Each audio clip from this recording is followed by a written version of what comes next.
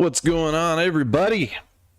I hope my microphone volume is adjusted correctly, but in a minute here, I'm going to open up a Twitter Spaces call, and we are going to listen to Charles Payne and then have commentary in between.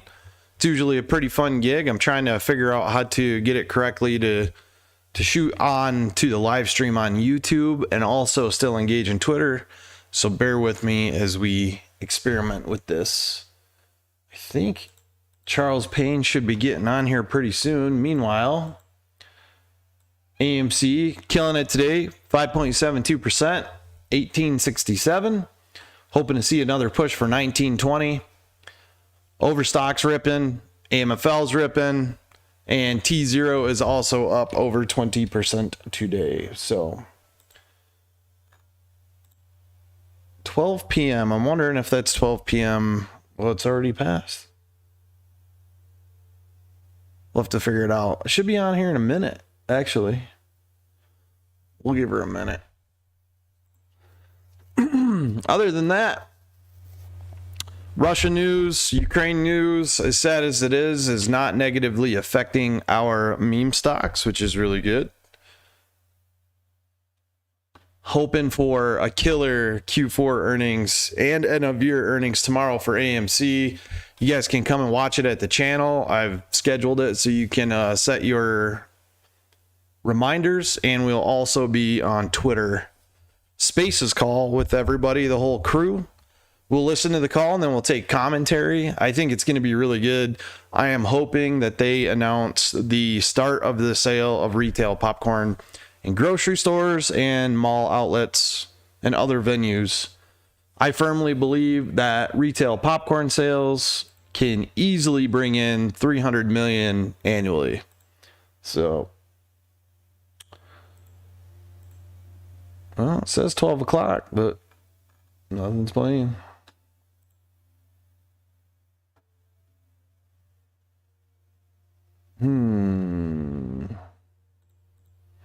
It is now 12:01.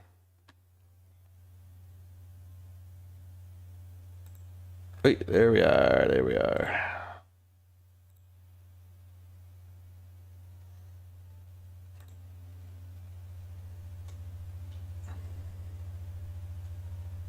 Sure, it's going to be 25. So what else did Wall Street get wrong about this Fed? Daniel DiMartino Booth is here with you. Well, I'm going to turn my mic off so we can get started here. But they may not show up at the polls, and that's a real danger. I hear you, Scott. Thank you very much, Scott Bolden. Sorry, Charles, I went over a little bit there. Now, we'll see. All right, now to you, Charles. Thanks a lot, Neil. Man, he's fired up, and so am I. Good afternoon, everyone. I'm Charles Payne. This is Making Money, and breaking right now, as the world looks in awe of the people in test. They're not going to vote for the Republicans, but they may not show up at the polls, and that's a real danger. I hear you.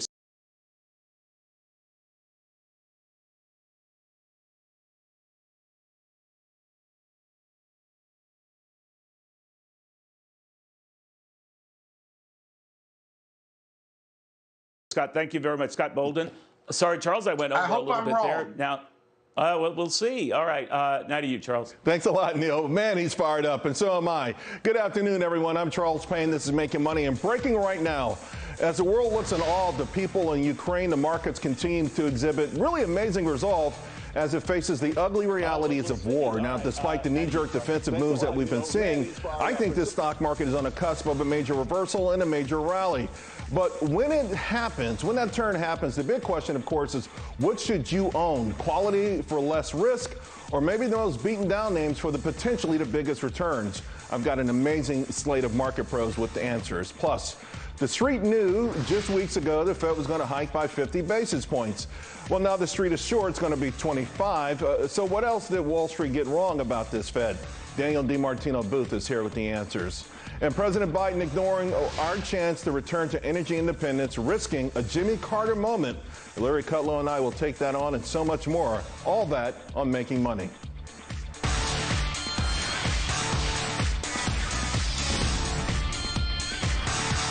So the news is moving fast and furiously as Russia continues to advance despite talks this morning and despite a tidal wave of economic hurt that is hard to imagine Putin and his cronies anticipated just a week ago. Of course, they had good reason to believe the world would mostly look the other way rather than interrupt the global economy that was just getting its footing past COVID-19. And initially it was going according to the Kremlin's plans, but now it's all falling apart, leaving a madman isolated. Now, of course, that creates separate dangers as history shows dictators and bunkers only become more desperate. Now, to me, the main reason Putin's plans have been upended is President Zelensky of Ukraine, who told the West he didn't need a ride, that he needed weapons, and he implored them to help. In fact, his comments to leaders that Ukraine exemplified European ideals may have been a turning point, jarring Germany into the 21st century, forcing that country to tear down its stone walling. Now they're sending lethal weapons. They've announced they're going to increase their defense spending to 2% of GDP, and they've actually approved 2 LNG terminals.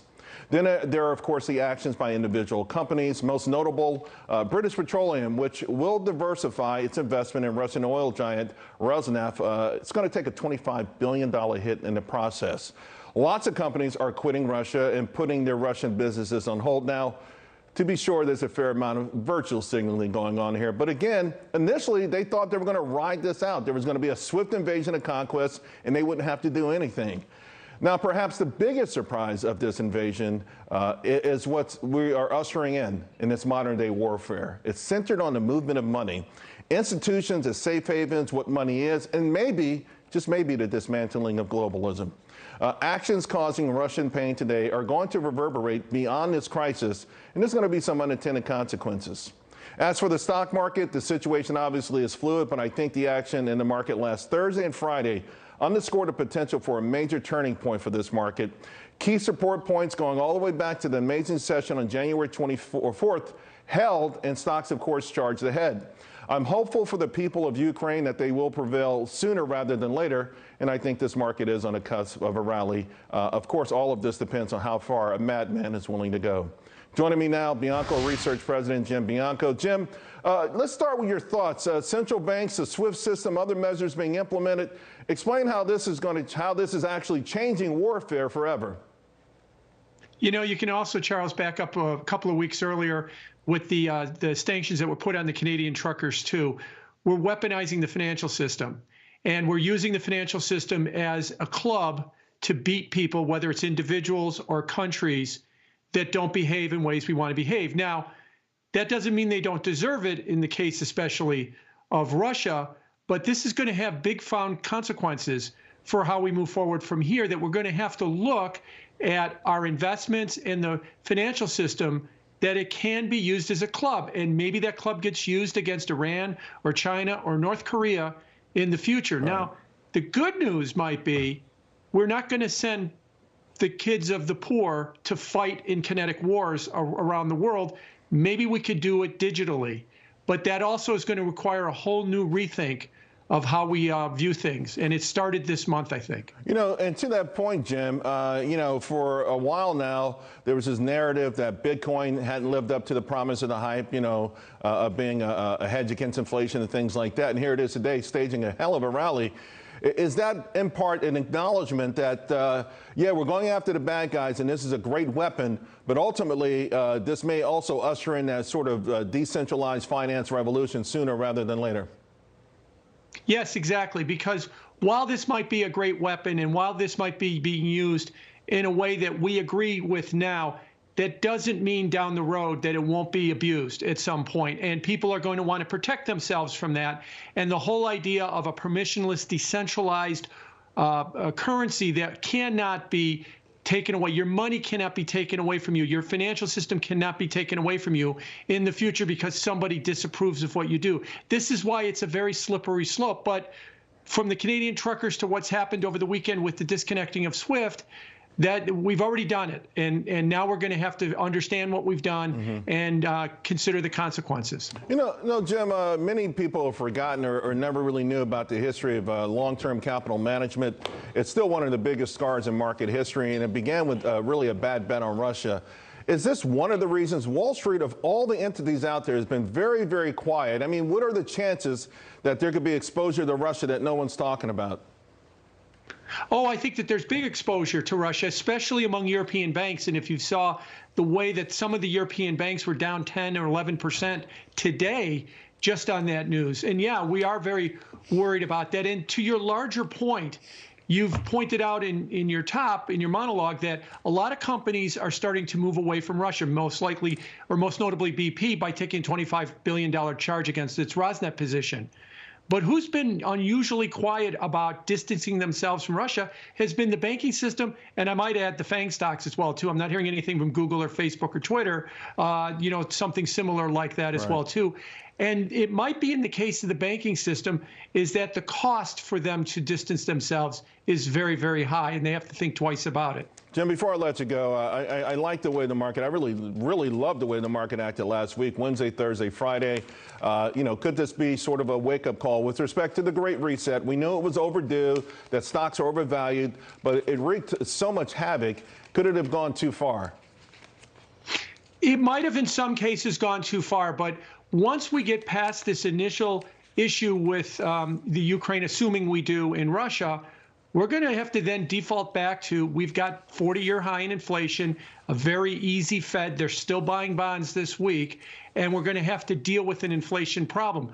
Doesn't mean the market can't rally. It has rallied in the future on inflation problems, but that might mean which stocks are you thinking about? More of the commodities and inflation beneficiaries and less of the kind of growth kind of stocks. Right. But we still have that issue that we're going to have to contend with once we get past this one. Jim, thank you very much. Really, really appreciate it.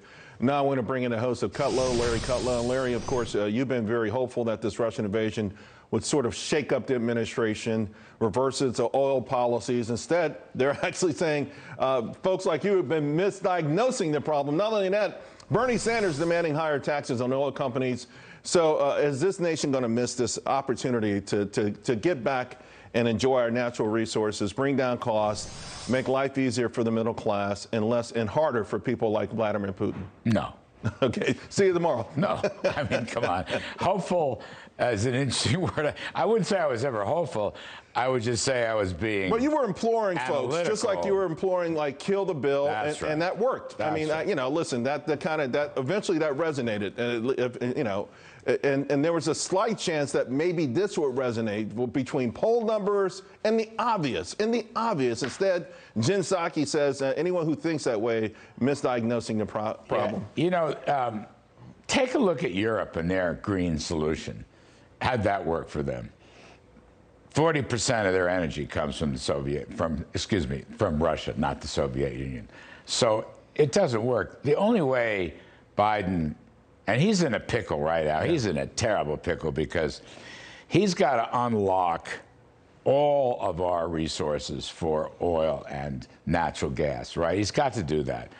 They've frozen all leases on federal lands. The Energy Department, Granholm, is sitting on 6 LNG export projects. She won't pass on it. They're quibbling and arguing about something called the social cost of carbon, which says $51. I mean, come on. They don't want to do anything, nothing. And, of course, what they do with the XL pipeline and Alaska. Now, we're running about 11.8 million barrels a day. We could get that. If he went to the fossil producers and said, I need your help, open the spigots, full throttle, I'll bet you within 3 to 6 months, maybe we could get certainly 13.5 million, maybe even 14 million barrels a day. Right. That would help. I mean, look, Putin's arsenal, I mean, we just took away all his foreign exchange reserves, sanctioning the central bank, which is good, okay? I heartily approve of that. But Russia's still, I think they're 10 million barrels a day, more or less. I don't know whether you track this. Right. They're number 2 in the world, right after us. And head of the Saudis. And the head of Saudi Arabia. And also, they've been given an exemption. And what's interesting about that, holding up these LNG terminals, Germany today says, okay, they actually green-lighted 2 LNG terminals. Yeah, well. So they're listen, however they got to this place, they finally gotten there. The Trump administration yelled at them, and they were going to open up or start to build a terminal. Yeah. Then literally 2 hours after he was defeated, they took that off the boards. So perhaps now they're getting smart. But you got a conundrum. You have a market conundrum here because if you take out, if you sanction all of Russia's banks, all of them, right. and if you sanction their oil companies, I mean, you could sanction Rosneft, right? That state-run oil company. That could mean 5 million barrels of oil off the world market. Now, we can't make up that shortfall. Even if the Saudis helped us, that would be very difficult. So we want to do this because that's Putin's source of finance. That's his war finance.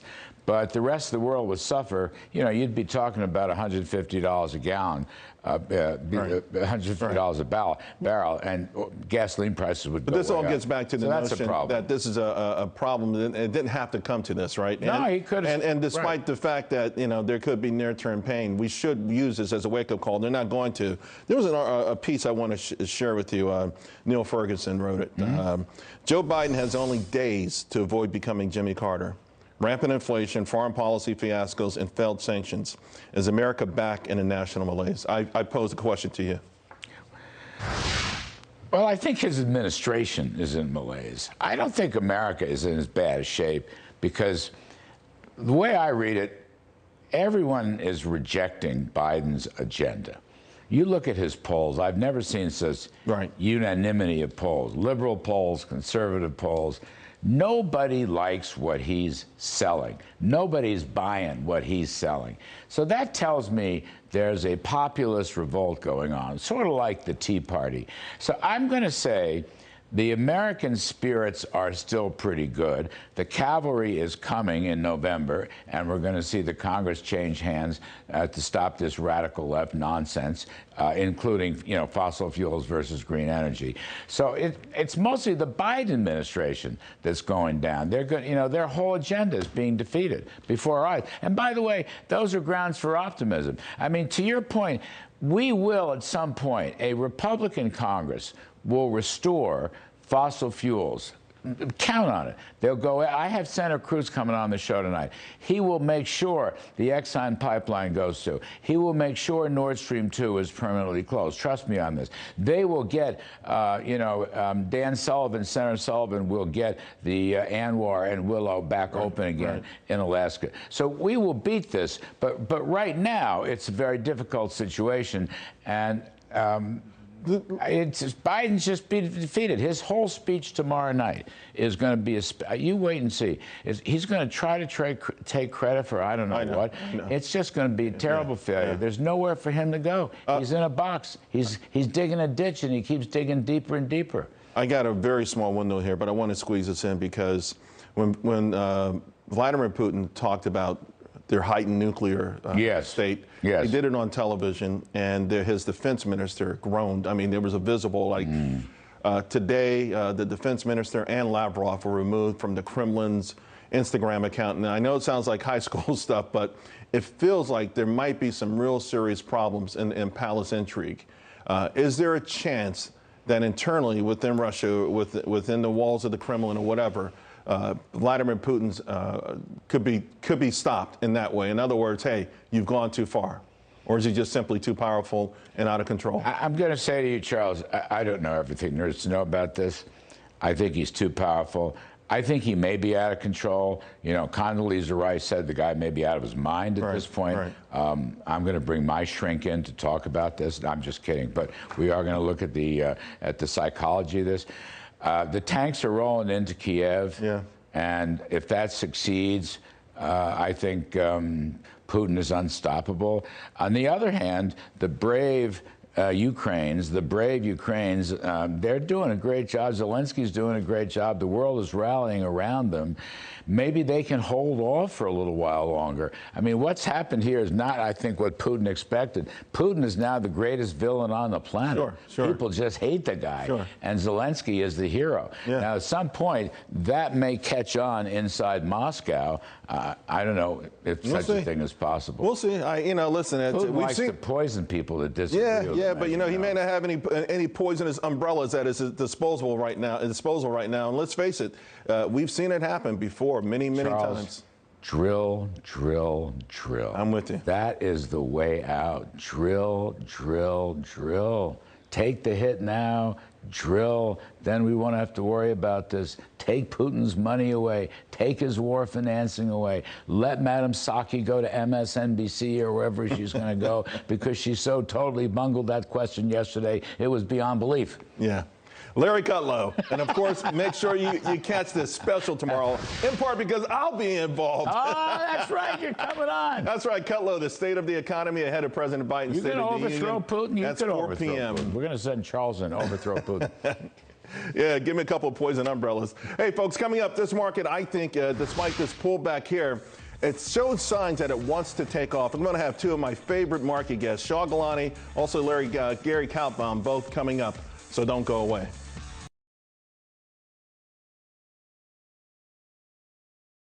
This pullback here, it shows signs that it wants to take off. I'm going to have two of my favorite market guests, Shah Gilani, also Gary Kaufman, both coming up. So don't go away. Wow.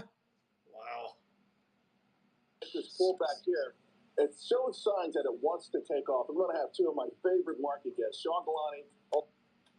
It's pretty wild. Commercial break, so if you guys want to come up and say anything, feel free.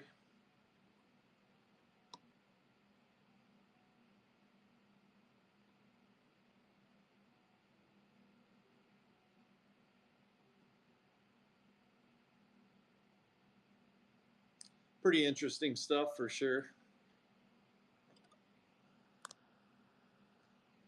Honestly, too, I agree with the drilling and the oil production because as of right now, America not producing fuels the way we should be doesn't help the environment at all because we're still buying it from other countries.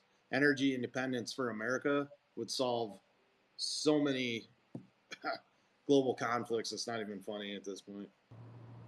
Just came on to say, hey, how's it going, everyone? Hey, yo. You guys ready for tomorrow? Absolutely, buddy. Absolutely. I'm looking forward to it.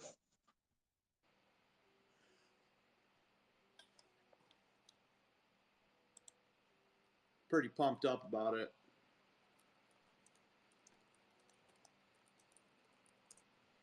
Pretty excited because I hope Adam Aaron's going to announce the start of the retail popcorn sales. But the crypto announcement he made today was pretty interesting too. They're really working hard on the adopting crypto to be more accessible off of like the Stubbs app and the website and stuff. If people can get on the Stubbs app and pay for their movies directly with crypto without going to their other accounts, that'll pick up pretty big. And right now, I personally believe right now, if AMC starts collecting more crypto, I know they said they weren't going to keep it on their books, but I don't know. Right now, the crypto prices are so low, they might want to consider that. Let it sit and earn money. Yes, sir. Good morning. Good morning. How's everyone? What's up, buddy? How you doing? Oh, just living the dream, brother. Just another day, sun is shining, and we are here. Get to see another day, man. It's a blessing, I guess, Yeah. So, Did you guys see that? What TZ Rop did this morning, man? yes, sir.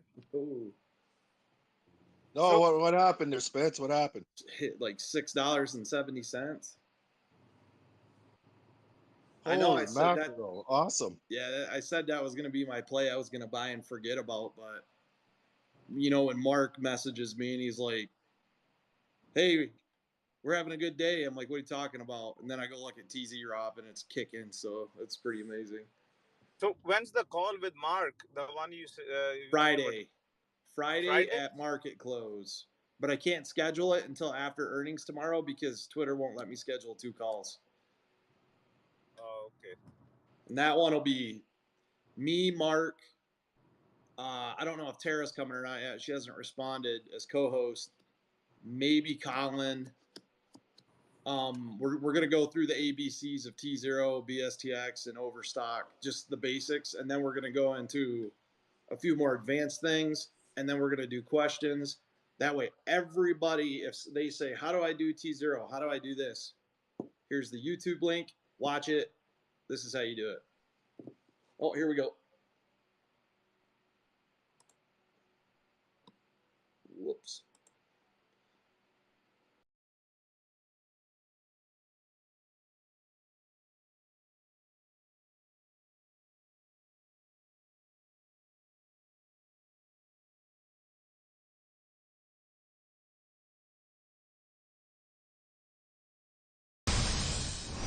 So, of course, this market was already dealing with a bunch of twists and turns before the Russian invasion of Ukraine. Trying to handicap them all really has been torturous, to say the least. Most approaches have only enjoyed limited success, except for the energy play, which seems that on the stock side maybe to even be running out of gas. I, though, think the market could be on the cusp of a major reversal. I know it's not popular opinion, but I do love the action going way back to Wednesday. Joining me now to further discuss Money Map Press, Shaw Galani. Shaw, you have been more cautious than normal over the last few weeks. You've been spot on. Considering all the issues, COVID-19, inflation, the Fed, high valuations, and of course, the Russian invasion, where do you stand now? I'm still cautious, Charles. I think the narratives notwithstanding, the market wants to go higher. It's trying to find a base here. It's trying to create a base here. But I'm not convinced, based on Thursday, Friday's action, that we are out of the woods.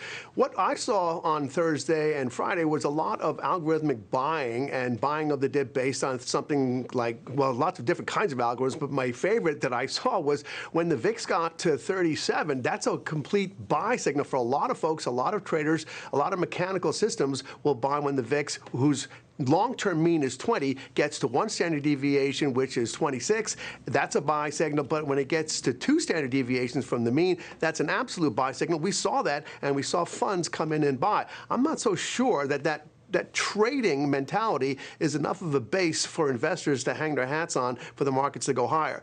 If we see the rest of this week we can rally, then I think we're maybe heading towards positive territory, but I'm not convinced we're there yet. So for only the third time in history, we're probably going to see, depending how the close goes today, the stock and bond market down for the first 2 months in a year. This has only happened 2 times before. The other 2 times, however, the rest of the year, the market has come on strong like a rocket ship. Bonds have languished. Is it time to dump bonds? It's been time. We got the first signal to sell bonds last March, and then investors had an opportunity in the subsequent rally through the summer to then offload their positions. But really, at the end of the summer, that was in the second absolute last probably sell signal we needed. And I don't think investors should be in bonds. There's way too much volatility ahead for bonds. We know rates are going to go higher. We know that a lot of folks sitting in bonds with very little interest are going to be underwater soon. So I think the bond market rally is over, and it's time to certainly offload positions and maybe even short bonds into the near term and probably next year for sure. Shaw, Berkshire Hathaway reported on Friday, the company crushing it, but there's a couple of points, and you're the ideal man to bring these up with. For all the talk of value versus growth, Buffett is killing it, but you know what? It's all mostly coming from Apple, right? And then the $131 billion, that's how much his investment has increased. He got $750 million in dividends from the company last year. So, what does this mean for investors who are trying to follow this narrative? Do they go in one and out of the other? Shouldn't they just be in great names in general? Yes, they should be in great names and not over-diversified. I think a lot of investors make the mistake of trying to buy too many stocks, hold too many positions, and they end up essentially indexing themselves. If you want to be that diversified, then buy an index fund.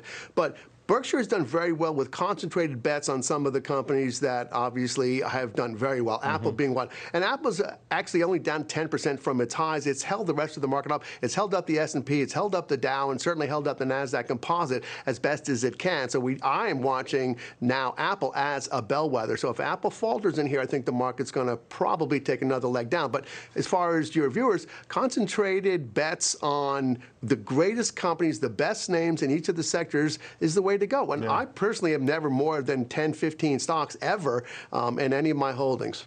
Great stuff. By the way, Berkshire Hathaway's top four picks are 73% of the portfolio, completely underscoring what you just said. Shaw, thank you very much.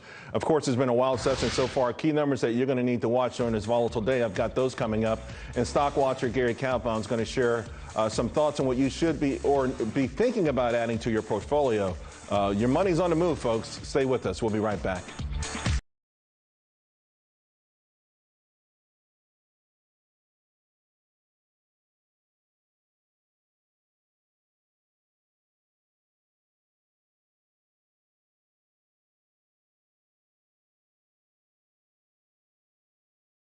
Go ahead, Chris, and talk about the Citadel DM you sent me. Yeah, so I'm not 100% sure about how to read financial statements. I only know a little bit about it. But I was looking at what this person was sharing their interest in, and I kind of looked up like the basic Google definition of, like, long story short, what securities sold but not yet purchased at fair value means. And I think I sent that to you too, so I'll kind of just read that. But I'm kind of looking more for somebody to maybe elaborate on it and put it into layman's terms.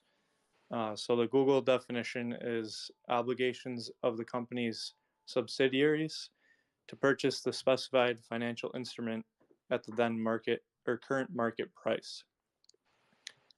So is there anybody in here by chance that might know how to explain that better? Yeah, before I get into that, I'd have to read the entire statement. But it's interesting for sure. Okay, so Noman, put it up top if you guys want to read it. Says one number that stands out is 65,703,000,000 securities sold, not yet purchased. If I was a betting man, securities sold, not yet purchased kind of sounds like they shorted and haven't. I mean, if you're selling securities and you don't own them, I guess you would be shorting. Right, So, that's what it sounds like to me too. But yeah, if they're short 65 billion, that's a lot. That's 3 or 4 times leverage there. What were they, 22 billion last we checked? I think, well, that number, of course, is not just AMC. That's their whole financial statement. So that includes all other potential short positions. But I don't know exactly what AMC was specifically last we checked. Let me see if it says anything in here. Nope, not specifically. If there's 65 billion securities sold and the value of the company was, let me check. Citadel. It says valuing the last anybody's posted about it in Bloomberg says it values the firm at approximately 22 billion. So, I mean, we've been talking about these firms being over leveraged like crazy. Mark has even said 8 to 10 times over leverage. So I'll go through this tonight. Actually, it looks like a good little read. It's not too long. I'll try to pull some more definition out of it and see what I can come up with. Right, and I looked at like the 2020 report as well, which I think at the time it was 57 billion. So that means they've increased that particular part of their income statement by, I think it would be 8 billion, right? Was it 65? Yep, 65.7. So that's a pretty drastic change between 1 year, especially with, COVID being the main proponent of companies being shorted in 2020. So yeah, I think it's pretty much beyond a question that these big hedges are definitely hiding their short interest as much as possible.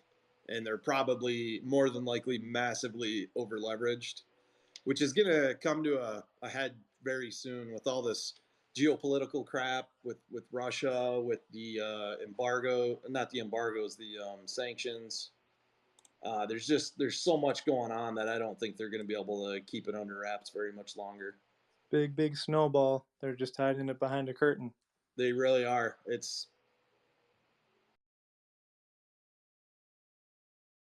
nothing short of remarkable. It began Wednesday when we held a pivotal support point, followed by a record session on Thursday, and then, of course, a roaring rally on Friday. There's a feeling maybe there's a sea change out there. Of course, a lot of this playing out on the charts, which I do trace back to that amazing session on January 24th. Joining me now, Fair Lead Strategies founder Katie Stockton. Katie, the S&P 500 finished with a hammer candlestick formation on Friday, sort of underscoring not only result, but a surge of buyers. Now, my last guest, Shah Galani, thought it was mostly algorithms. What are your thoughts? Well, you definitely felt like some programs stepped in on the buy side on Friday, and we saw a really strong close from the major indices in sort of accordance with that. And that left, as you mentioned, a one-day reversal pattern on the chart. And we did see some nice follow through from some names. And I do think it's an oversold bounce that we have, and that's not lost its hold even with today's price action. So we're looking for near-term upside follow-through over what was a successful test of support by the S&P 500. The support level we were watching is around 4,200. That remains intact, even though we breached it intraday. It really needs a couple of closes below that level to suggest it's broken. So we're considering that to be intact and a very natural place for this oversold bounce that we think will keep hold this week. So this sort of backing and filling process, maybe a stair step kind of thing. This is ideally what I guess what you want to see. Is there a point on the upside though where we break through that you would like to see greater momentum to the upside? Yeah, so I've been talking to clients today about every, intermediate term low begins with a short term low. So we're very convinced that a short term low is in place, but not highly convinced yet that an intermediate term low is in place, because that does require more of that backing and filling, more support discovery, if you will, more improvement in momentum. And where that comes from a benchmark like the S&P 500 would perhaps be a breakout above the 50-day moving average. Really any of these kind of minor resistance levels, if they're cleared, that would give us some more confidence. And we want to see that carry over to the weekly bar charts, where we see more out of the MACDs and all of our preferred technical indicators. Katie, you mentioned some individual names that really were acting pretty well. Where do you see the best opportunities right now? Well, right now, if you can hold a very short-term outlook and take advantage of an oversold bounce, and I'm talking about 1, maybe 2 weeks, I do think the upside leadership will come from the mega cap complex. And that does include Apple, which you were just discussing. That has a short-term oversold buy signal. Support was left intact for Apple around 157. I even think we'll get oversold bounces from the likes of Facebook and Netflix, which got very deeply oversold and finally last week showed some signs of downside exhaustion. All right, Katie, thank you very much. You're one of the best. We appreciate having you on. Also now I want to bring on Gary Kaltbaum. Gary, now depending on the extent, of course, of the fighting in Ukraine, it does look like maybe Thursday changed some things. Certainly the way Thursday opened and the way it closed. The laggards became leaders and vice versa. Does that mean anything to you going forward?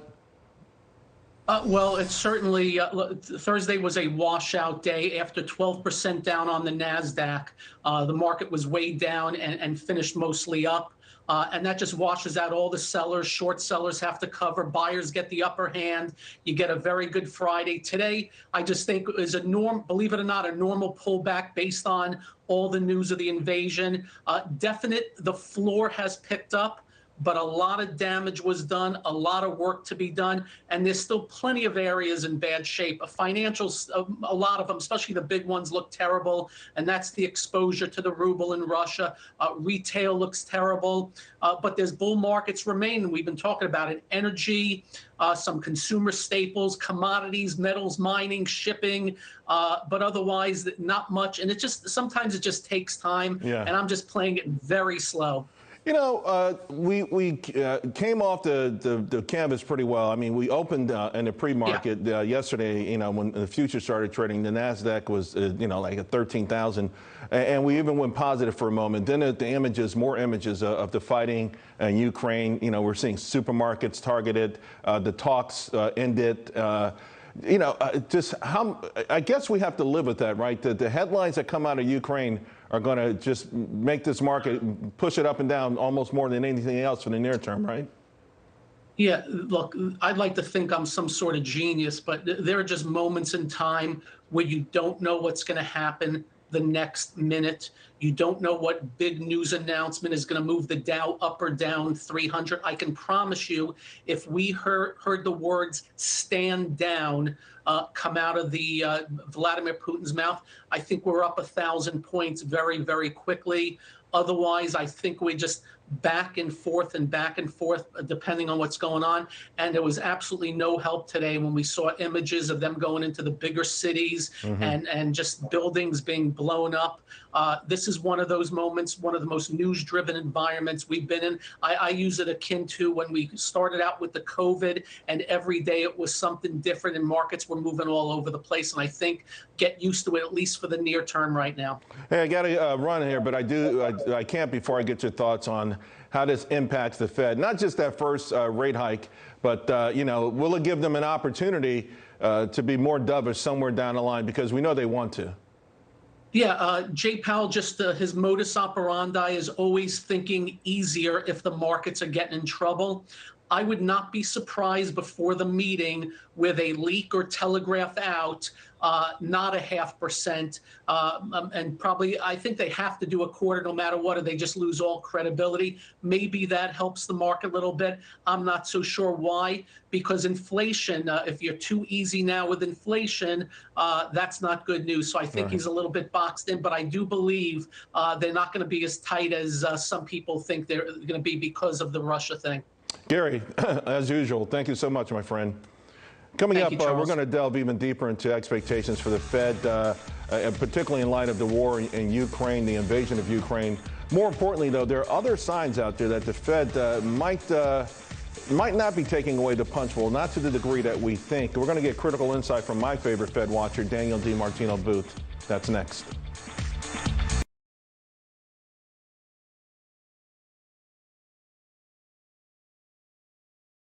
Out there not be taking away the punch bowl, not to the degree that we think. We're going to get critical insight from my favorite Fed watcher, Daniel DiMartino Booth. That's next. Interesting. Not really any breaking news today, but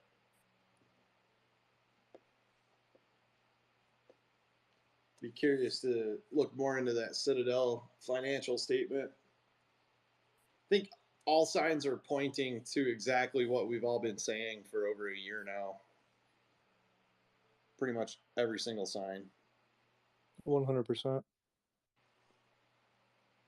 I felt more confident this morning in everything than I have since I started all this.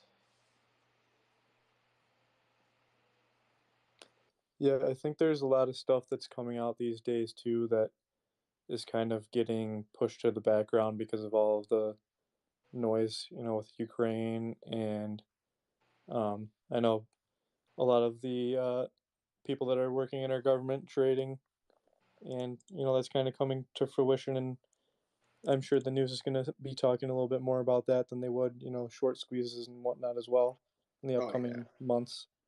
But it's still happening. It's not going away. Yep. I firmly believe too that they thought we would be gone by now. They thought we would be bored or not experienced enough to stay in the play correctly.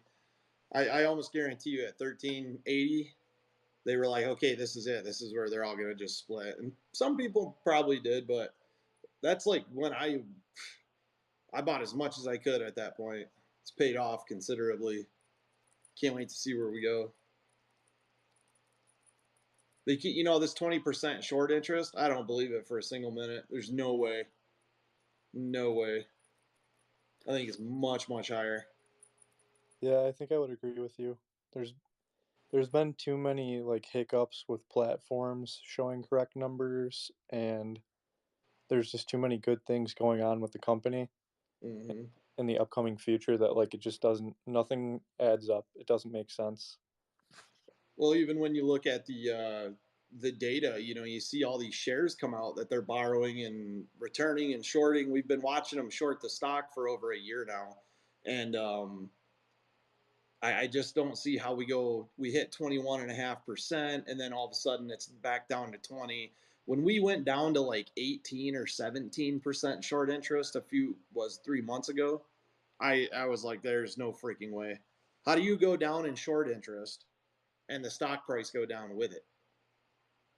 Because if short interest is going down in cents, they would be covering, which would cause the stock price to go up. So I think they're finding a way. One, they hide it. A lot of them don't even report their short interest, which hopefully that changes soon. I think when they're actually required to report, depending on what the penalty is going to be, I don't know what the fine or fee or penalty is for this new 13F2 rule, but I think you'll see some serious data changes.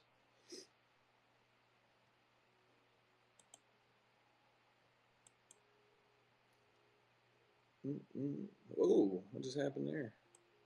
AMC just bounced hard off of the 1830, 1840, which is the last time it bounced too, but it just popped a nice candle up, so that's good. It's having a good day. Oh yeah. Oh yeah. Beautiful day. Overstock's having a good day. AMFL's having a good day. What's GME doing?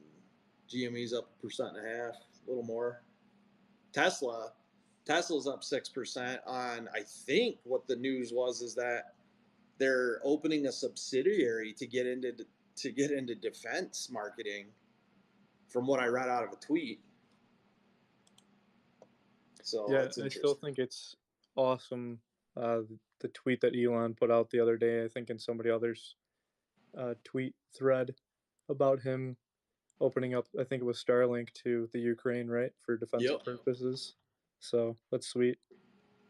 Starlink, once it's 100% operational, will be the death of communism. Anybody with any internet access, any information sharing, in any it ends.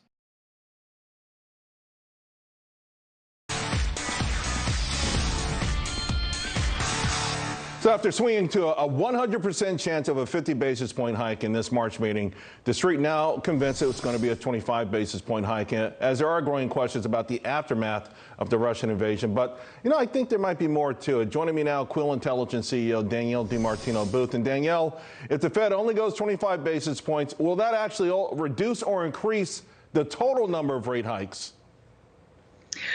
Charles, this is a very fluid situation right now. I'm not in the betting pits in Vegas trying to say whether it's going to be 3, 4, 5, 7, or 9. I think that they're going to be extremely data dependent. That being said, there's been a lot of a lot of dovish rhetoric running around the street these last few trading days. Gee, this is going to make the Fed stand down. You know what? It's been since Paul Volcker was in office in the early 80s that there's been any Fed that's had to contend with inflation that is as high as it is. So I think the backstop of, gee, the Fed's going to rescue the markets it's based on a false premise, because inflation and the inflation that we're fighting is extremely real right now, and it's put Jay Powell in a very precarious position. So this morning, the Chicago PMI was out. It saw a decline, in fact, to the lowest point in 18 months. Every component was slammed. New orders to its lowest level in 20 months. Production got hammered. Employment was down. Backlog swooned, but inventories are up. There are signs that the Fed could be adding these speed bumps to an economy that's already slowing down. How does that change everything? You know what, Charles? There are no right answers. The Fed missed its window of opportunity in 2021 to pull back and to be rational when the time was appropriate to be rational. And now they're dealing with an economy that is very obviously slowing to everything you just mentioned. We've seen backlogs across the country decline. Backlogs you can think of as being future demand. And we've seen that come collapsing down in the face of this runaway inflation. Anybody and everybody who follows me and you who has not Googled stagflation needs to go ahead and do that now, because that's the quandary that's facing the Fed: slowing growth with persistently high inflation. So I'm going to, we see all these things that have happened in the last 24 hours with the Russia invasion, cutting Russia off from SWIFT, of course, save for these oil transactions, cutting out the central bank. Do you have an idea about the long-term ramifications of those actions? Well, it remains to be seen. We're seeing big companies, Chevron now, Shell, British Petroleum. We're seeing large movements on the global stage. And I think it's fascinating that the dollarization movement is potentially going to be under some scrutiny, whether or not the dollar is going to be going forward. The world's reserve currency, simply because we did see 19 countries either vote no or abstain in the United Nations. I think that tells us something, Charles, and we should be very cognizant of taking advantage and for granted that the U.S. banking system, that the U.S. dollar is all powerful, because I think other countries are telling you that they're not. Look, China buys 30% of its corn from Ukraine. Period. End. So there are economic variables here that are very important. I got less than a minute. Let me ask you this then, because this is where I need your help a lot. What changes should investors consider then within their portfolio, the asset, the sort of mix in the aftermath of this and looking ahead to Fed action? I think investors should be prepared for a more persistent level of Fed tightening. I think that they should be defensive, and they should know where they are in terms of where when they're going to be retiring and how much their risk tolerance should be in this kind of an environment. I don't think that this could be possibly an overnight event, Charles, and I think investors should look deep and prepare their portfolios. Absolutely. Danielle, always, thank you very much. Coming up, folks, my takeaway on the importance of economic pain. This after a Russian airstrike destroys the world's largest cargo plane. But first, two stocks after the bell are set to report, among many others. And the interesting thing, they're on your screen. They're up big. Should you be buying? That's next.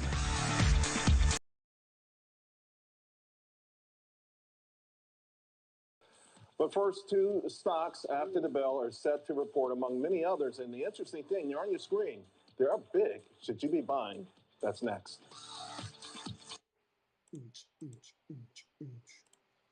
Didn't hear about that cargo plane being destroyed. Two stocks after the bell are interesting. Yeah, they always talk about inflation. I get it, man. You know, I go to the grocery store, and a week of groceries is now, you know, it used to be, I don't know, $30 just for me myself. But it's like $50, $60 now. It's freaking ridiculous.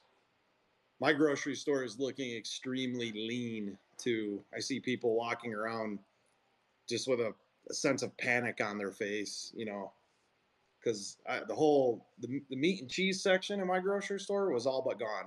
The only thing that was left, which is really curious, was the big blocks of cheese, like the big bulk cheese, whatever brand. But I could see again the ignorance of consumers who are like, well, there's no sliced cheese, so I'm not gonna get any cheese today. It's like, dude, you can get that block of cheese and take it home and slice it and put it in a Tupperware and have all the sliced cheese you want.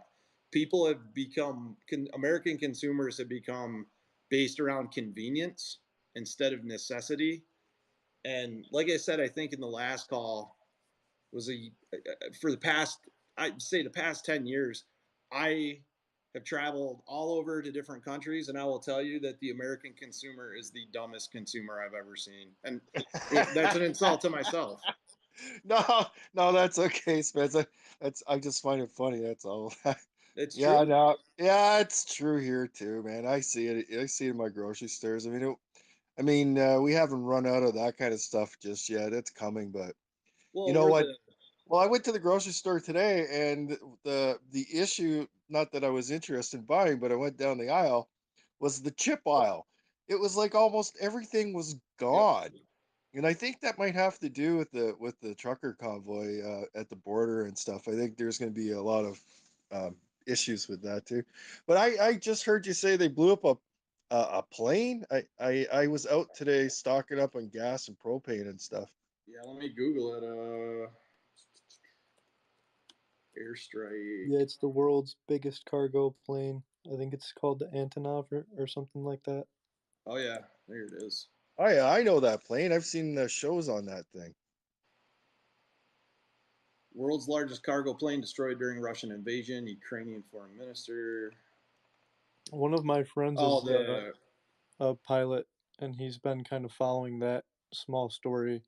And he said that the company that owns that airplane actually tweeted out that, or I don't know if they tweeted it out, but they were reporting that it was still intact. So I don't know if his source is more accurate or the news right now, but.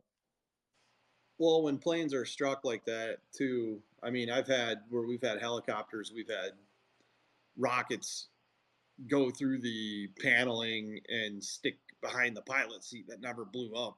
Right. some that got hit by RPGs and come back and they got holes. Sometimes when they say blows up, you know, they just, it's kind of an exaggeration. You say damaged by, if that's the case. So if they're saying it's still intact, I'm guessing it's salvageable. Yeah, I would assume so. But yeah, I would call the last 15 years of American society the Walmart era, where so many people, especially young people, just love going to Walmart and buying this cheap furniture, this cheap, just everything cheap. I have something, it's cheap, I have something, but then in a month, it's out in the freaking dumpster, man. That's where all the American wealth is going, and buying cheap things that do not last. It drives me absolutely crazy.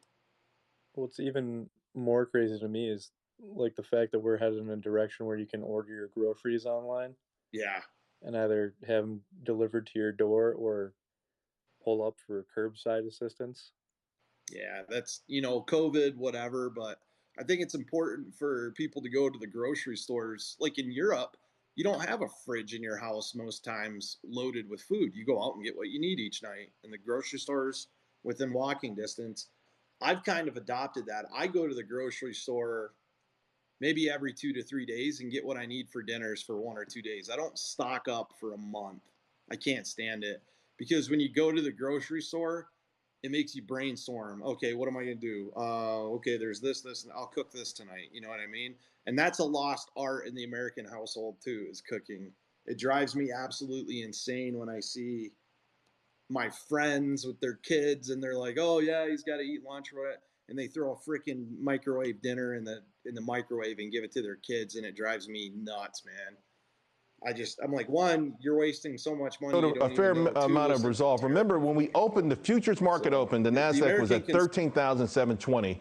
That is a big down from where it is even now. Lots of investors have reached out to me and asked about buying a dip. Here's the interesting thing. Most right now are most willing to buy large cap quality names that have been hammered, but you know, not as much, of course, as some of the lower quality names.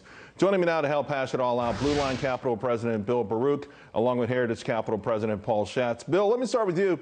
Give me your take. Just this market, the last few sessions, what's the message to you?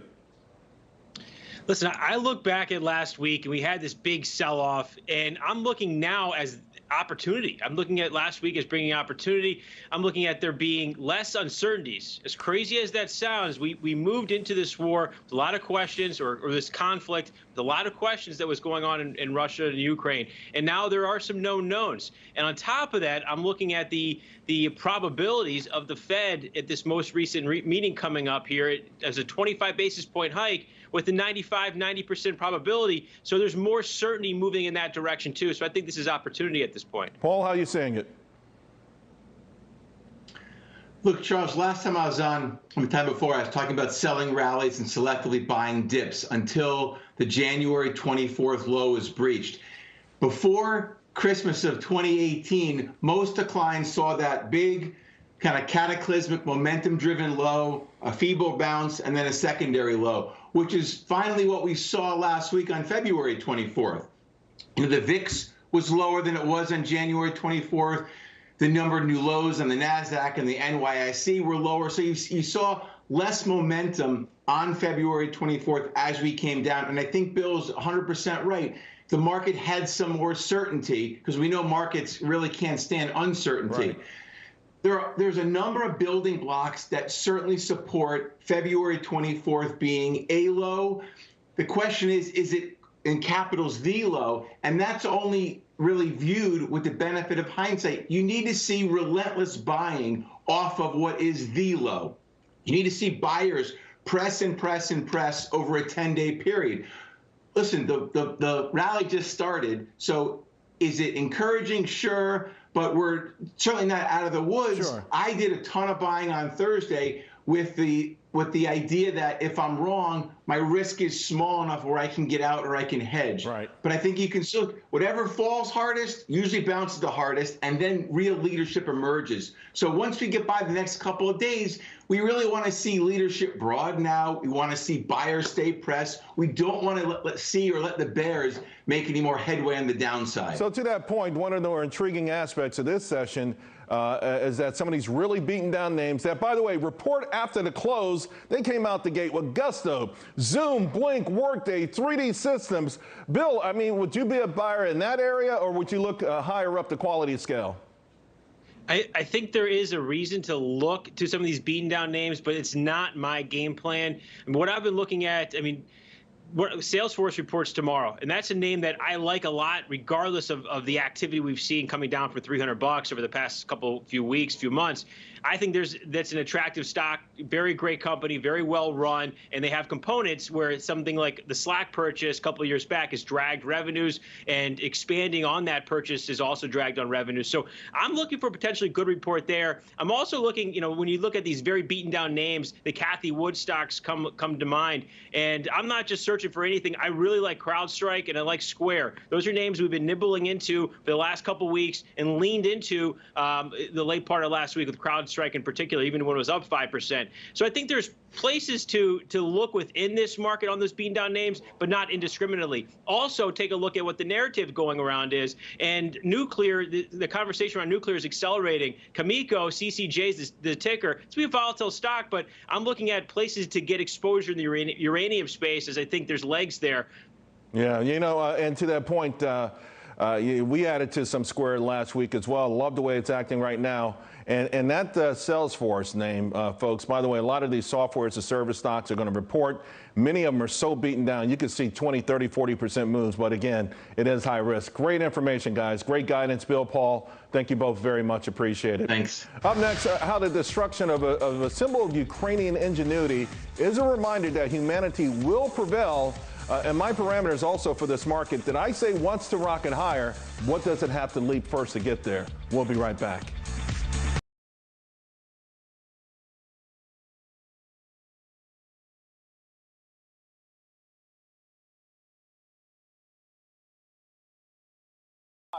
What does it have to leap first to get there? We'll be right back.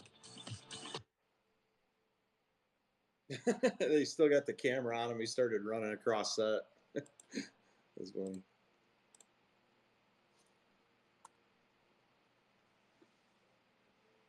Oh man, I'm staying away from all those stocks they talked about. It's probably, I don't know. We'll see what earnings does. I think Unusual Whales posted all the earnings calls that'll be coming up this week. So check out what I posted up top from Eleanor. Ooh. I really enjoy her posts.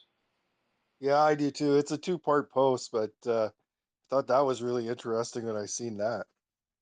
Adding to this, trading halts happen often. There were more than 10 on the NYSE alone today.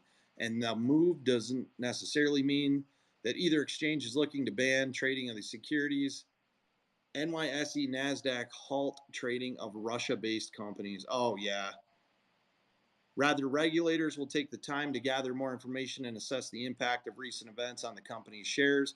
Another type of regulator halt happens when there is uncertainty over whether the security continues to meet market listing standards. Yeah, I would assume, I mean, the sanctions and everything with these Russian companies are going to take a hit, and I wouldn't be surprised to see more Chinese companies pop up on the radar too pretty soon. So I'm basically, I made a big play in NEO at the beginning of the pandemic recovery. What was it, 2020 maybe? Cashed out, got out, and then as soon as they started talking problems with Chinese companies, and Trump was talking that he was going to try to stop investments in these companies and funds because of the cash flow into the Chinese military, I just completely got out of it and was done with any Chinese investments. I was in that play too. That went up and then down real quick. Yeah, how'd you do, man? I don't think it was anything crazy. I kind of got into it a little late, and then I got, I think, basically my money back because I think I hit it at one of the rough spots, so I kind of rode it out and just waited, sold out of it to get it back. I got lucky. When I first got back into investing and I was going through YouTubers, I decided to listen to Stockmo. I don't know if you guys ever heard of him. Dude, the guy's smart, man. I got into SBE. I got into Neo. I made a freaking killing on the way up on these EV stocks, and then decided to get out, and then obviously I jumped into my AMC play. My friends actually introduced me to the AMC GME thing. Probably December before the January when it went to 21. Like, oh, you got to get in on this, man. You got to get on Reddit. I'm like, no, I'm a responsible investor. I'm going to diversify. Yeah. They totally sold me on it. I folded like a napkin. Got in. So now here we are. And Neo's in the dirt. So bravo. That's right. And we're looking good across the board again today, you guys. What's up, Justin? I saw a lot. I saw like when Neo was, I don't know, I remember it made that run up to like 60 something and some change. Yep. And then kind of fell back down. And I saw these, articles of like putting price targets on Neo of 100 plus. And I don't know how you could even write that with Tesla. I mean, Neo's definitely made some good moves, and I definitely traded it kind of during lockdown and stuff. It seemed like it was trusted and true, but yeah, I kind of got burned on that one too. But it was a small position. Yeah, when the earnings, when you see their cash burn and everything, and you got to be careful with Chinese companies like that. That's funded by the CCP. The government has their back, but then the books are going to be cooked immediately because the CCP is not going to look like a failure, even though they probably are. So, not that I don't. I mean, if you look at the Neo cars, they actually look pretty decent. They got that cool little HAL bot. Yeah. And I know they kind of like been pushing for like a lifestyle thing. I think I saw like I don't know, months ago they opened up like these hangout spots for Neo owners, which is pretty neat. I don't know. Hangout battery swaps. Yeah, the battery swap thing was pretty neat. I know Tesla had said something that they had looked at doing it, but they didn't find it was very viable. Yeah. I'd be interested to kind of see that breakdown. I think if we ever go to hydrogen vehicles like the ones Toyota has, I think hydrogen fuel cell swaps is going to be key because they're not going to want people at a high pressure fuel pump loading up on. Amounts and more lives are lost in this senseless invasion. The destruction of the world's largest aircraft, the AN-225 Maria, or a Dream over the weekend really struck me. I know it's only a machine, and of course it doesn't measure up to the loss of human lives, and certainly it doesn't measure up to freedom, but it is a big deal, right? This plane was rightfully the source of Ukrainian pride. Built in 1985, put into service in 1988. The number of records that it held were endless, right? The heaviest aircraft, the largest wingspan. It carried the world's largest loads. The Ukrainian foreign minister actually tweeted, quote, Russia may have destroyed our Maria, but they will never be able to destroy our dream of a strong, free, and democratic European state. We shall prevail. He's right. Brave people have always prevailed against the tallest odds and the harshest dictators. The goal, though, at this point is in human history, is to limit these kind of events, make sure we can limit the pain and suffering, even avoid them if possible. Now, this episode is seen by many as a dry run for a future conflict with China and how effectively the world will rally around an embattled Taiwan. I think we learned that if we take more economic pain in the beginning to thwart aggression before it becomes more horrible, we can avoid some of these tragedies. If that was done against Russia, maybe we could have avoided the destruction of that magnificent aircraft, let alone, of course, thousands of lives. Maybe another dream will be built as a symbol of triumph for a nation that has reminded the world about determination to prevail. Meanwhile, folks, with the market overall, some intriguing things here. I still like the action here. Your defensive names, the names that people have been hiding out in, those sectors are actually the worst performers. Staples, financials, real estate. Tech acts pretty good. The discretionary acts pretty good. And if you're looking for honest to goodness value that's not overpriced, take a look at the industrial space. Those stocks act very, very well. Once again, though, buckle up because the last hour trading could go anywhere, but you've got the best to take you there. Liz Claman. As we have seen, it has been going anywhere, and right now,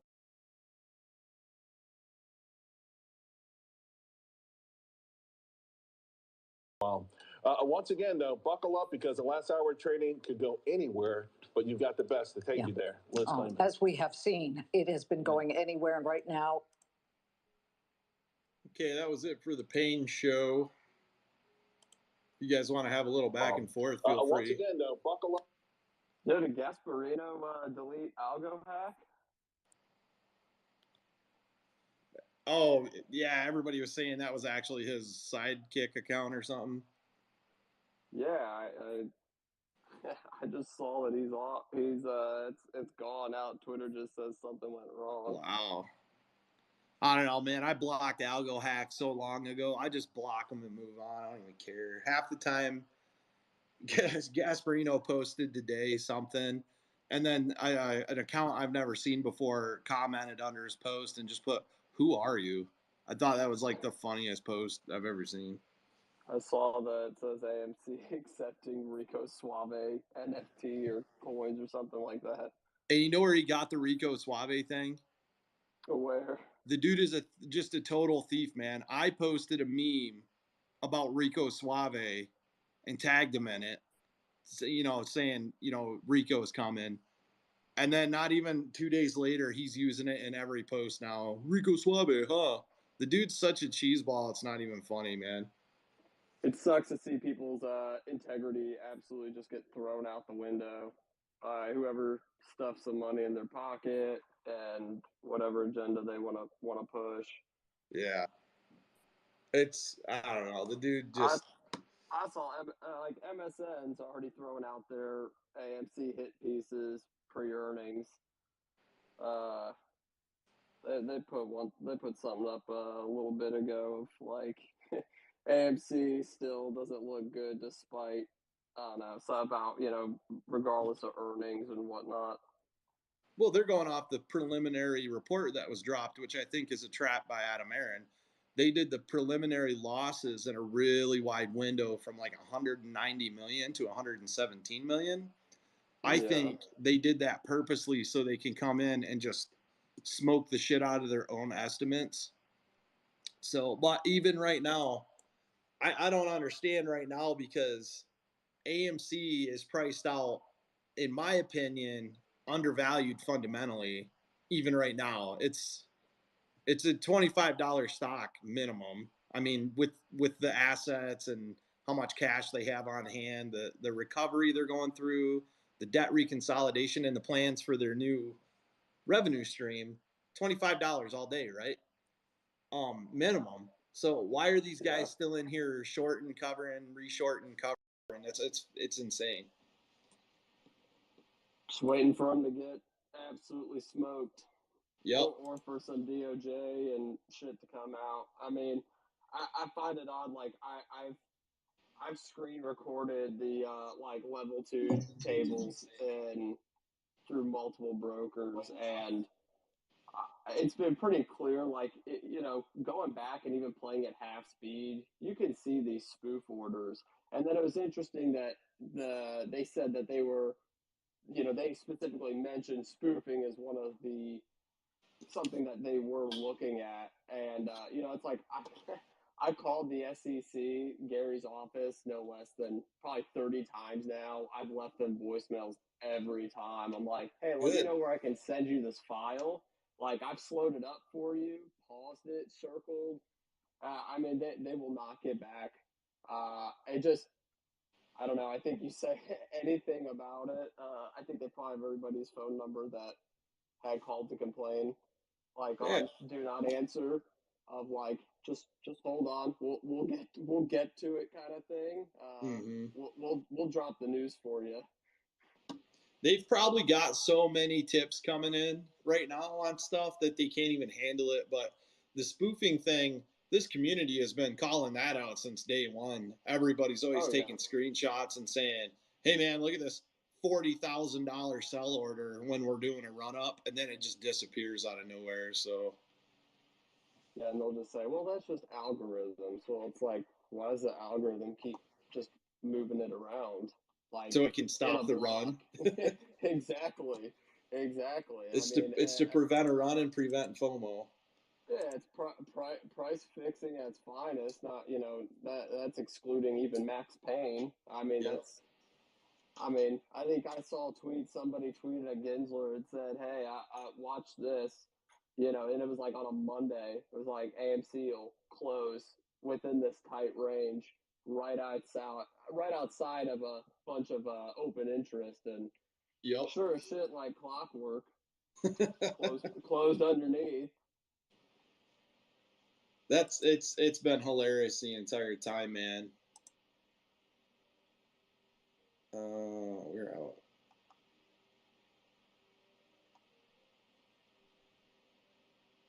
Oh, we were just talking to PJ. PJ's a teacher, and apparently somebody got on the school microphone earlier and basically said, hey, we're under lockdown. It was an unidentified voice. It was some kind of meeting they were having, and some guy just announced to the whole school that they were on a lockdown, and now nobody's fessing up to it. So that's kind of weird. So just thinking about PJ, shout out to PJ, man.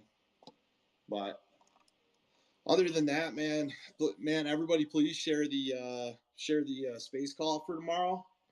Pretty excited about it. I'll be streaming on YouTube also. And then Friday at market close, I'm going to be doing a 2-on-1 or 1-on-1 with Mark and maybe Mark's special guest. We're going to go over the ABCs and 1, 2, 3s of T0.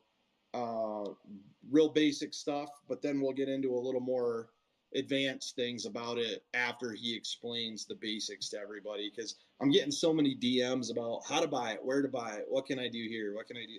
I'm telling you, man, just the easiest way, just go to T0 and open a T0 account. It's no different than opening a crypto account. In my opinion, that's the easiest way to do it. And I think you're going to want to have a T0 account. You mean T0.com, Spence? Yes. Yeah, I think that's the issue there. People aren't going to the .com part. I don't know, but that's what I think it is. I'm telling you, you're probably going to want to have a T0 official account when all this stuff kicks off. So, and like I said, Mark and Clarence had talked about American Films more than likely listing on the BSTX. So I actually took out a position a few weeks ago on AMFL. I'm not telling anybody to do it, not financial advice, but it's like $1.30 right now, $1.45 now. And man, I'm pretty excited about that. You can take out a decent position for not much money. And if it hits after they launch on BSTX and they do a funding round, man, that's pretty speculative, but also could be a pretty big payout. So I got a little bit of that today, or no, 2 weeks ago actually. I bought more today. But AMC is still rocking 3.73%. It looks like it's going to take a bounce off of that. This will be the third bounce, if it does, off of 1827, 1825 range. So I'm hoping we see that bounce and we kick up and end 5% on the day. That would be great. But yeah, if anybody has anything else you want to talk about, come up now. I'm pretty much out of stuff to talk about. So. Well, it's more of a personal thing for people in the military. I wanted to ask you, but if there's other people on here that have served or are serving, a question is, when Putin, or it was announced that Putin had flipped his nuclear forces to high alert, regardless what maybe that be now, what would happen for if you were serving? Like, what would service people be told in that situation? Or, you know what I mean? Yeah, they would first the company commanders would probably bring the companies together, or even battalion level, and say, hey, we're at this DEFCON status now. Everybody's got to go and sign out CBRN gear, MOP gear, nuclear, radiological, and chemical. You'd have to have your mask on you. If you're deployed in that region, they're probably carrying their masks with them, or their pack with all their MOP gear. And if you guys have never known MOP gear, I don't know what they have now specifically, but basically you get all these clothes that are loaded with like charcoal linings and shit, and it's super annoying to wear. It's the worst stuff in the world, but you know, if you need it to save your life. So I'm sure they got issued that. But my nephew is in the Navy. He's actually in Cyprus right now with a battle group from Spain, and the word that I'm getting back is they're seeing Russian ships like every day, and there's not any hostility or anything in that area. So, but yeah, Okay, well, thanks, Spence. Appreciate that. Yep. There's just different escalation levels that the military has. They'll come out and say, we're at this level. You need to go have your MOP gear ready to go at all times if you're in those areas. So.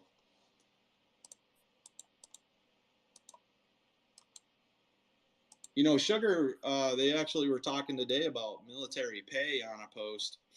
And yeah, there are, military pay is obviously, not that great. It's a lot better than it used to be when the NOM guys were around and the World War II guys were around. And I don't just mean because, cost of living and change of society in the generations. But when I was in, I will tell you guys that as a third rank PFC, we didn't make much, but we really didn't need much when we were that young in the military. I was probably making $1,100 to $1,250 a month, right? But I also wasn't paying rent. I was living in the barracks. We could go to the chow hall, and also take into account too. And if you guys have any kids that are in the military or family members, please tell them immediately go to your base education center and sign up for free college. While you're active, you get free college. So if those soldiers take advantage of that, that's $60K a year they're not paying in tuition that they could walk out of their service with a bachelor's degree. So they're really being paid to go to college. So I obviously want soldiers to get paid more, but don't stress too much about that, because I will tell you, if you had a bunch of young soldiers running around with too much money, we wouldn't have much of a military to deploy, because there's nobody that gets in trouble more than young soldiers with time and money. So nice sentiment. They're taken care of pretty good, in my opinion. Do they still issue condoms? So you can go to the health center and get them for free. Man, everything you need on post, as long as you take the time to go do it, you can go get it, man. There's so many resources for soldiers nowadays, and I contribute that to the NOM guys, man, the World War II guys that fought for the VA rights and to better the military through Congress. They really set us up for the future, and I appreciate it more than anything. So, oh, Charles.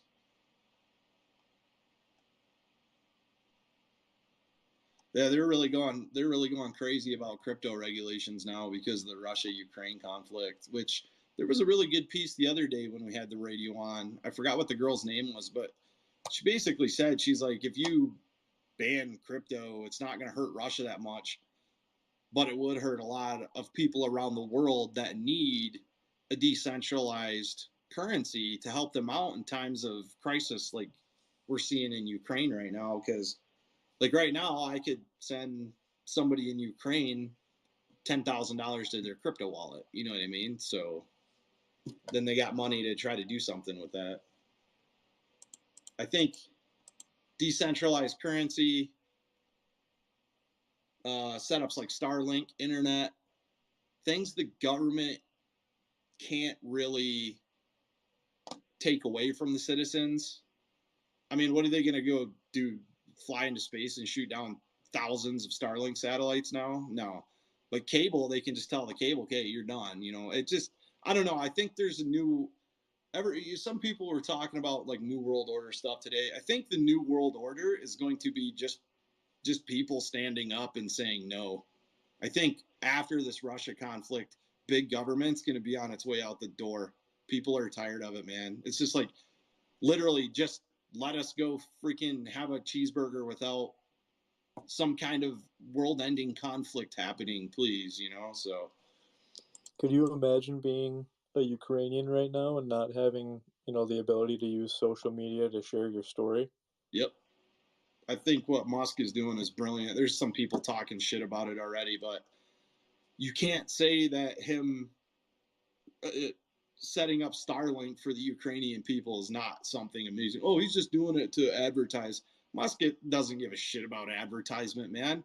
He says, don't buy this flamethrower, and people bought it, and it sold out within a day. He doesn't need to advertise, so people are just silly. Says this is a terrible idea. Don't buy this, and everybody bought it. But don't you need some kind of terminal or something to get access to it, or is it? Do they have an app now that maybe you could use your phone? I mean that's a little difficult with satellites unless you got a satellite phone, I would think. But based on what I know, you just have to order the equipment, which is the Starlink satellite dish set that comes plug and play ready. So I don't know if he sent a bunch over there.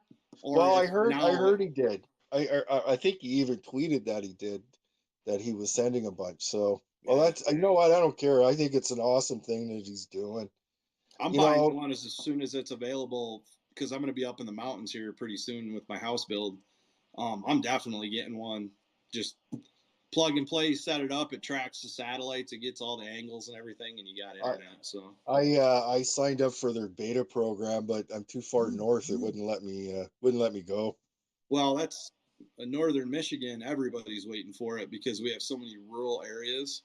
They're dying for some kind of better internet, and that's way cheaper than the other junky satellite internets we have. So go ahead, Jason. It's just open forum, man. Hey, you guys.